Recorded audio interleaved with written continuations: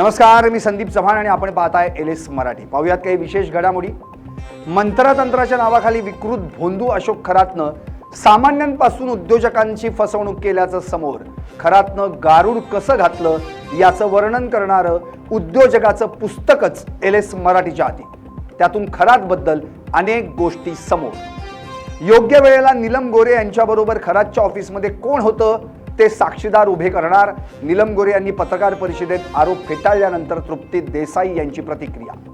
जालन्यात अवकाळी पावसाचा रब्बी पिकांसह आंबा बागांना फटका। वादळी वाऱ्यासह झालेल्या पावसामुळे जामवाडी शिवारातील आंबा बागेत मोठ्या प्रमाणात नुकसान। सरकारनं मदत द्यावी, शेतकऱ्यांची मागणी। बुलढाणा जिल्ह्यात वादळी वाऱ्यासह अवकाळी पाऊस, गहू, हरभरा, कांदा पिकांचं नुकसान।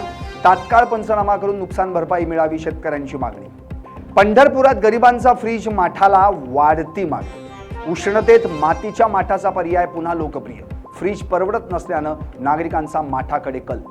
आखाती युद्धाचा परिणाम, गॅस टंचाईची भीती वाढली। वाशिममध्ये शेतकऱ्यांची इंधन साठवणीसाठी धावपळ।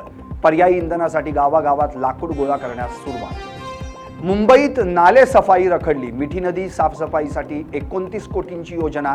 पावसाळ्यात पूर परिस्थितीची भीती, मात्र नाले सफाईला अद्याप वेग नाही। वसईत 4 वर्षीय मुलाला निर्दयी मारहाण। रिक्षा चालकानं मुलाला फरफटत नेल्याचा धक्कादायक प्रकार उघड। अमानुष मारहाण सीसीटीव्हीत कैद। गर्दीमुळे भाईंदर स्टेशनवर अपघात, प्रवाशांमध्ये खळबळ। मीरा भाईंदरहून मुंबईकडे जाणाऱ्या प्रवाशांना फटका।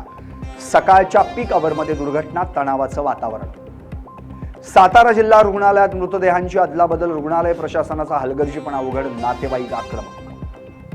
आणखी काही विशेष घडामोडींसाठी पाहत राहिलेस मराठी, सत्याच्या पाठी, बातम्या सर्वांच्या सर्वांसाठी।